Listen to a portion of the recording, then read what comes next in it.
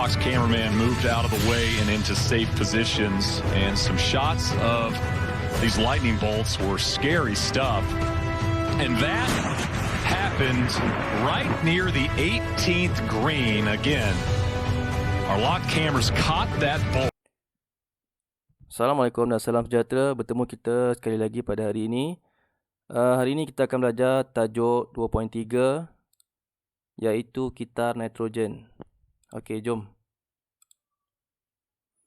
2.3 gitar nitrogen. Okey, sebelum tu kita kena tahu apa maksud gitar nitrogen. Okey, perkataan gitar adalah gitar semula lah. Okey, gitar semula nitrogen. Okey, apa itu nitrogen? Nitrogen adalah suatu mikronutrien, iaitu nutrisi yang diperlukan oleh tumbuhan dalam kuantiti yang banyak. Okey, berfungsi untuk mensintesis protein, klorofil, enzim dan asid nukleik. Okey, kita akan fokuskan kepada mensintesis protein. Okey, jadi nitrogen ni dia akan membentuk protein kepada tumbuhan tersebut. Okey, apa jadi bila tumbuhan dapat protein? Sama macam kita lah. Okey, protein ni berfungsi untuk membantu pertumbuhan sel, membaiki sel yang rosak. Okey. Okey, jadi itulah fungsi dia. Baik. Gitar nitrogen ialah gitar semula jadi yang mengitarkan unsur nitrogen antara tumbuhan dengan haiwan dan seterusnya di atmosfera, tanah dan air. Rajah 2.9 menunjukkan gitar nitrogen dalam suatu ekosistem. Okey, ni rajah 2.9. Inilah dia. Gitar nitrogen. Okey, ni. Daripada udara, daripada udara dia menjadi gas. Gas nitrogen di udara. Okey, dia akan berubah menjadi ni tanah. Dia akan masuk dalam tanah. Okey, melalui pokok kacang ni. Okey, pokok kacang ni akan menghasilkan ion nitrat tadi. Okey, daripada sinilah. Daripada ion nitrat ni lah akan diserap oleh tumbuhan. Okey, untuk mendapatkan nitrogen tadi. Apa fungsi nitrogen? Untuk menghasilkan protein bagi pokok tersebut. Okey. Jadi pokok akan serap nitrogen melalui ion nitrat. Okey, sebelum sampai ion nitrat, dia akan melalui satu proses. Nampak, daripada gas nitrogen, dibantu oleh pokok kacang, untuk menghasilkan ion nitrat. Okey, selain daripada tu kilat. Kilat juga membantu untuk menghasilkan ion nitrat untuk tumbuhan tadi. Okey, selain kilat, kita ada baja nitrogen. Kita buah baja. Selalu kita nak pokok tu lebih sihat. Okey, jadi kita bagi baja. Baja tadi akan menghasilkan ion nitrat, akan diserap oleh pokok tadi. Okey, dan last sekali, ion nitrat juga boleh dihasilkan oleh haiwan ataupun tumbuhan yang mati. Ni. Okey, tumbuhan yang mati akan diproses oleh bangkai haiwan dan tumbuhan yang mati akan mengalami tindak balas penguraian oleh bakteria dan kulat. Dia akan menguraikan menjadi sebatian amonium. Selepas itu, tindak balas penitritan oleh bakteria penitritan akan menguraikan lagi untuk menghasilkan ion nitrit. Dan kemudian tindak balas penitritan oleh bakteria tadi akan terus menghasilkan ion nitrat. Okey. Jadi semua proses ni menukarkan gas nitrogen di udara ke bentuk ion nitrat supaya dapat diserap oleh tumbuhan. Okey. Dan satu proses lagi yang kita kena tahu adalah ion nitrat yang berlebihan. Banyak sangat. Sebab apa? Daripada sini, dia dah hasilkan ion nitrat. Kilat pun sama. Lepas tu kita bagi baja lagi. Lepas tu adalah haiwan atau tumbuhan yang mati pun menghasilkan ion nitrat juga. Jadi bila berlebihan, ion nitrat tadi perlu disingkirkan ke udara. Kan? Inilah proses utama. Iaitu dua proses utama yang kita akan belajar, iaitu proses penambahan ion nitrat ke dalam tanah dan proses penyingkiran ion nitrat daripada tanah. Okey, dua proses utama ni lah. Okey, baik. Walaupun kira-kira 78% komposisi udara terdiri daripada gas nitrogen, tumbuhan tidak dapat menyerap gas nitrogen secara langsung daripada udara. Betul lah. Okey. Jadi tumbuhan tidak dapat menyerap gas nitrogen secara langsung daripada udara. Dia kena melalui proses berikut untuk menghasilkan ion nitrat. Barulah dia boleh serap. Okey, itu maksud dia. Okey, bagaimanakah tumbuhan mendapat nitrogen yang diperlukan untuk pertumbuhan yang sihat? Okey, tadi kita dah lihat. Okey, tumbuhan hanya dapat menyerap nitrogen dalam bentuk ion nitrat daripada tanah melalui akarnya. Terdapat dua proses dalam gitar nitrogen, iaitu proses penambahan ion nitrat ke dalam tanah dan juga proses penyingkiran ion nitrat daripada tanah. Ni proses yang saya beritahu tadi. Okey. Nombor 1, okey, proses utamalah. Nombor 1, proses penambahan ion nitrat ke dalam tanah. Ni proses dia. Okey, ni proses dia. Dan satu lagi adalah proses penyingkiran ion nitrat daripada tanah. Dia masuk balik ke udara. Okey, ini proses dia. Okey. Okey, 78% komposisi udara terdiri daripada nitrogen. Okey, yang awak dah belajar sebelum ni. Okey, komposisi udara di sekeliling kita. 78% adalah nitrogen, 21% adalah oksigen dan selebihnya adalah gas karbon dioksida dan gas nadi. Okey, kenapa gas nitrogen ni lebih banyak daripada gas yang lain? Okey, kerana tumbuhan adalah jumlahnya lebih banyak berbanding hidupan yang lain di muka bumi. Okey, sebab itulah gas nitrogen lebih banyak. Okey. Baik. Ni. Okey. Okey, ni. Nampak ni, daripada gas nitrogen, okey, dia akan masuk ke dalam tanah menjadi ion nitrat. Nampak, bila dia dah jadi ion, barulah boleh diserap masuk ke dalam tumbuhan. Okey. Okey, baik. Jadi kita akan belajar dua proses utama tadi, iaitu proses penambahan ion nitrat ke dalam tanah dan proses penyingkiran ion nitrat daripada tanah. Baik. Kita akan lihat. Okey, di sini ada dua proses, iaitu proses penambahan ion nitrat ke dalam tanah, okey, dan proses penyingkiran ion nitrat daripada tanah. Okey, kita lihat dulu proses penambahan. Ada 3 proses. Yang tadi kita dah tengok. Okey, dekat sini dia punya huraian lah. Okey, nombor 1, tindakan kilat dan letusan gunung berapi. Tengok macam mana dia boleh menghasilkan ion nitrat. Tindakan kilat dan letusan gunung berapi. Okey, sewaktu terjadinya kilat atau letusan gunung berapi, tenaga haba yang terbebas pada suhu yang tinggi akan mengoksidakan nitrogen dalam udara untuk membentuk gas nitrogen dioksida. Okey, awak tengok kat sini. Bila terjadinya kilat, okey, ataupun gunung berapi, haba akan dibebaskan. Okey, panaslah.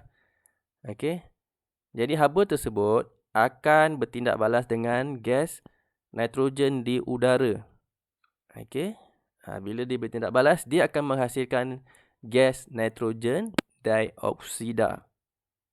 Okey, kemudian apabila hujan turun, gas nitrogen dioksida tadi dalam bentuk udara akan melarut dalam air hujan tersebut, lalu membentuk asid nitrik dan kemudiannya turun ke permukaan bumi. Asid nitrik ini akan meresap ke dalam tanah dan bertindak balas dengan mineral untuk membentuk ion nitrat. Oleh itu, hasilnya kuantiti ion nitrat dalam tanah akan bertambah. Inilah dia kepentingan kilat ni. Dan juga gunung berapi. Okey, dia boleh membantu proses penambahan ion nitrat ke dalam tanah. Okey, untuk apa ion nitrat ini? Untuk diserap oleh tumbuhan untuk menghasilkan protein tadi lah. Okey. Baik, yang kedua, proses apa? Proses pengikatan nitrogen. Yang tadi tu, pokok kacang tu kan.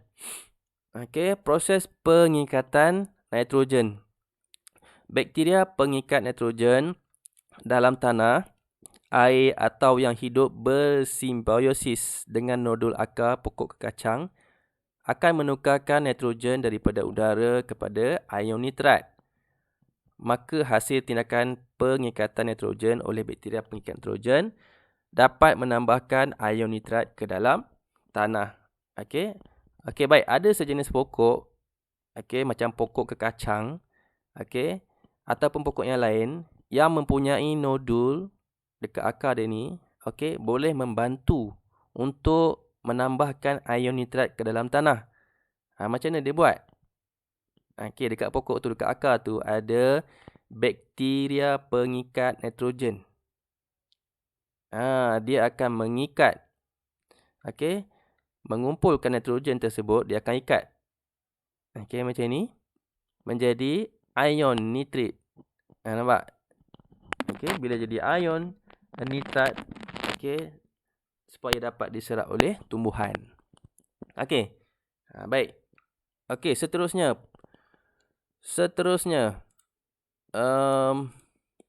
proses penitritan juga dapat membantu menambahkan ion nitrat ke dalam tanah. Kita tengok proses apa ni? Yes. Tengok ni. Tengok haiwan dan tumbuhan yang mati.